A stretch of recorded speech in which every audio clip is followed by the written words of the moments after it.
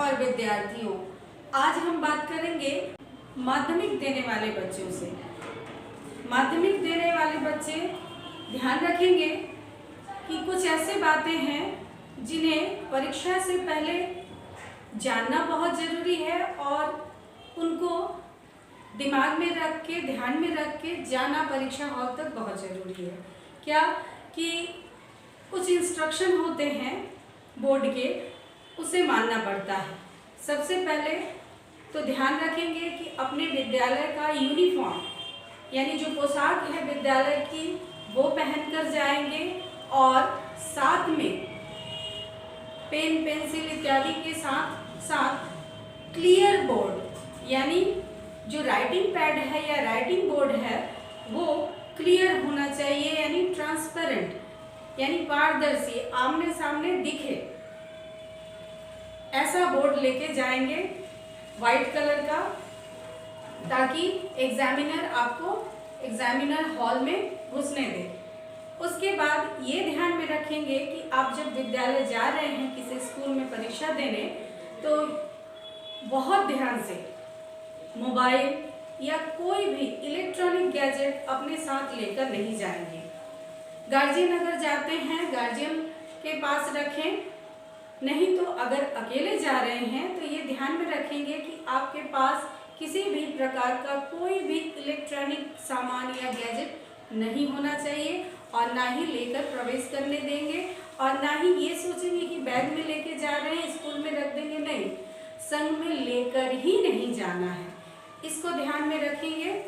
उसके साथ स्कूल में यानी जिस स्कूल में जा रहे हैं माध्यमिक परीक्षा देने, तो ध्यान रखेंगे कि अपने बिहेवियर यानी दूसरे स्कूल के टीचर्स और स्कूल के स्टाफ के साथ बड़े ही पोलाइट बिहेवियर रखेंगे, ताकि आपको कोई असुविधा ना हो और ना ही वहाँ किसी को आपकी वजह से किसी भी प्रकार की असुविधा या मुसीबत या किसी भी प्रकार की परेशानी हो, ये ध्यान में रखेंगे।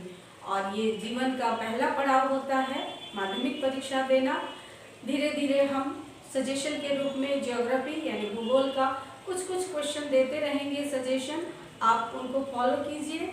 और ये लास्ट मोमेंट सजेशंस है, तो थोड़ा थोड़ा हल्के से देखते रहेंगे और इसको ध्यान में देखकर अच्छे से पढ़ के जाएंगे।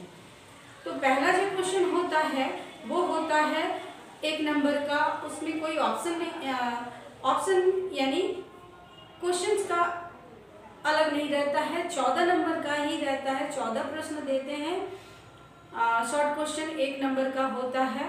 इसके अलावा उसमें अदर कोई ऑप्शन नहीं रहता है। 14 प्रश्न 14 ही रहते हैं, अलग क्वेश्चन नहीं होता है 14 नंबर का। उसके बाद होता है 10 नंबर का एक मैप पॉइंटिंग वाला प्रश्न होता है। मैप पॉइंटिंग आपको एकदम बढ़िया से करके जाना है, हमने वीडियो में दिया है कुछ सजेशन, उसको देख लेना, उसको प्रैक्टिस करना, आसानी से हम 10 नंबर ले सकते हैं उससे।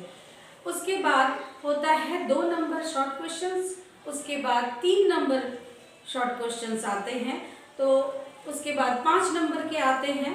तो धीरे धीरे देंगे। आज हम बात कर रहे हैं 3 नंबर वाले अंतर वाले प्रश्न की। तो 3 नंबर वाले अंतर वाले प्रश्न की बात करें तो कुछ सजेशन आपके सामने हैं, इसकी चर्चा कर लेते हैं हम हल्के से। तो अंतर वाले में 3 नंबर में फुल मार्क्स 3 नंबर होता है। तो इसमें इस तरह के क्वेश्चंस जैसे अवरोहण और आरोहण में अंतर क्या है देखेंगे, नदी घाटी और हिम नदी घाटी में अंतर लिखो या क्या अंतर है बताओ, इस तरीके से। उपनदी और शाखा नदी, गॉर्ज कैनियन, उसके बाद जीवगन और यार्डम में क्या अंतर है या क्या एक दूसरे से अलग है ये। उसके बाद पेडिमेंट और बजादा में अंतर, बरखान और सिफ में अंतर क्या होता है, कम से कम 3 अंतर देखकर ही जाएंगे। ट्रोपोस्फीयर और स्ट्रेटोस्फीयर यानी क्षोभ मंडल और समताप मंडल में क्या अंतर है, क्या कुछ पाया जाता है। उसके बाद समुद्री वायु और स्थलीय वायु यानी लैंड ब्रिज और सी ब्रिज, इसको देख कर जाएंगे। उसके बाद आते हैं चक्रवात और प्रति चक्रवात, इस पर हमने वीडियो बनाया हुआ है, देख लेना चैनल में। चक्रवात और प्रति चक्रवात में क्या अंतर है, कब होता है इत्यादि। कैटाबैटिक और एनाबैटिक विंड में क्या अंतर है। सापेक्षिक आर्द्रता और निरपेक्षिक आर्द्रता यानी ह्यूमिडिटी वाला चैप्टर, ह्यूमिडिटी दो प्रकार की, उसमें क्या क्या अंतर है ये देख लेना है।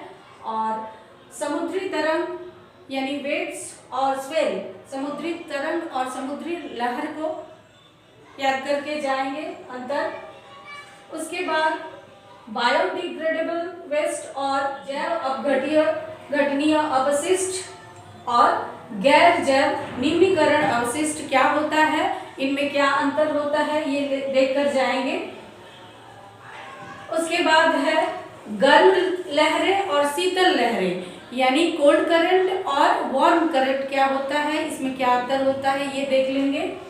उसके बाद निम्न ज्वार और उच्च ज्वार यानी हाई टाइड और लो टाइड को देखेंगे और क्या अंतर होता है, इसे मिनिमम 3 पॉइंट्स करके याद करके जाएंगे। 3 पॉइंट आसानी से याद रखेंगे, शॉर्ट करके याद कर लेंगे, वो लिख पाएंगे।